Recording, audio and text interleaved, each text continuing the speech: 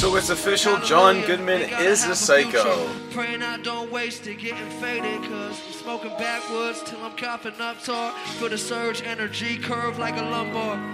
I don't act hard, I still read. Hey FilmNation, Josh from Films Go here, and today I'm going to talk to you about a movie I just saw this past weekend, and that is 10 Cloverfield Lane. This movie is directed by Dan Trachtenberg, and it stars John Goodman, John Gallagher, and Mary Winstead. So basically in this movie, a woman gets in a car crash and she wakes up and she's in this bunker, and these two men who built the bunker are telling her that everyone outside is dead, the world is in chaos, and that we've been attacked by widespread chemical attacks that's killing everyone who gets infected. Now, my first thoughts on this movie was it was very good. It was fast-paced, very emotional and very thrilling. At times I was like, holy shit, like what's gonna happen, but yeah, it was really, really good.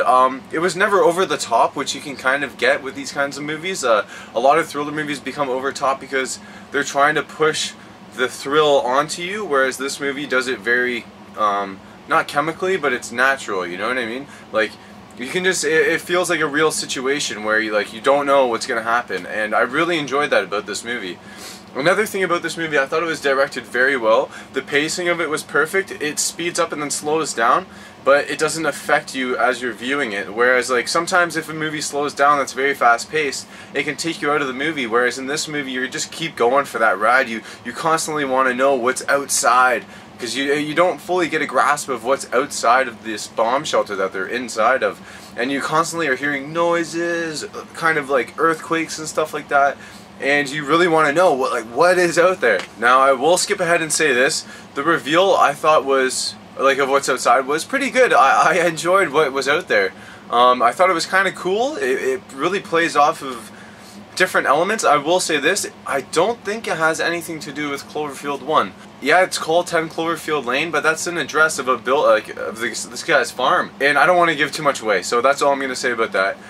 John Goodman I thought was fantastic. He's a charming, yet charming in a sense where it's like, he's crazy. You know what I mean? Like, he's a very nice person, but if he snaps, he freaking snaps, and he'll go crazy. Like, he just literally would take all his frustration out on you and make you feel like so awkward. You know what I mean? Like, there's times where the girl asks someone, like one of the younger male, pass me the salt, and he just loses his mind, and you're just like, holy shit, like, I did not expect that. There's a lot of moments in this movie I didn't expect, and I really enjoy that about movies, you know, where you go in, you've seen the trailer, but you don't even know what's going to happen. And that movie really gave that to me. I thought it was fantastic, and I think Mary Winstead was so good.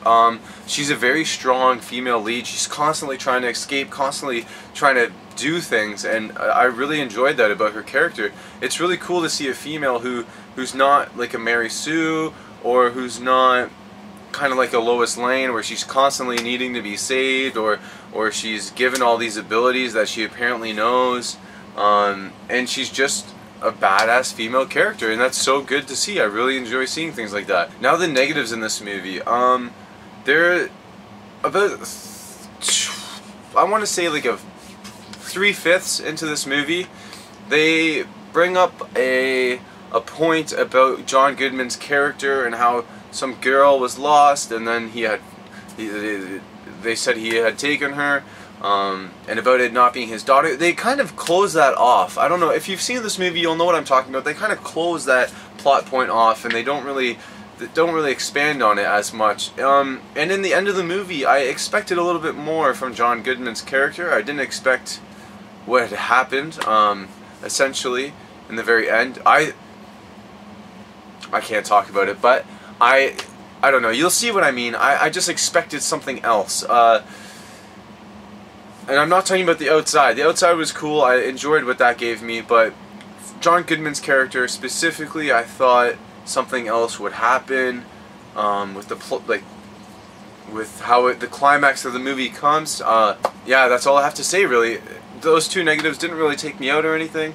I will say this though: it would have been so cool if outside was just regular, and it was just this guy was crazy. But that's all I'm gonna say. That's too much spoilers for me. I give this movie a B+, a very strong B+. It's a fantastic movie. Highly suggested to everyone out there. Well, it's not for everyone. It's very confined and claustrophobic. However, it's good for one of those movies because those movies kind of suck normally. But this one's fantastic. Lots of thrilling lots of thrills. Your heart's always beating in this movie, and just for that, I give it a B+. John Goodman's great, Mary Weinstein's great, and John Gallagher was great as a connection between the woman and the male.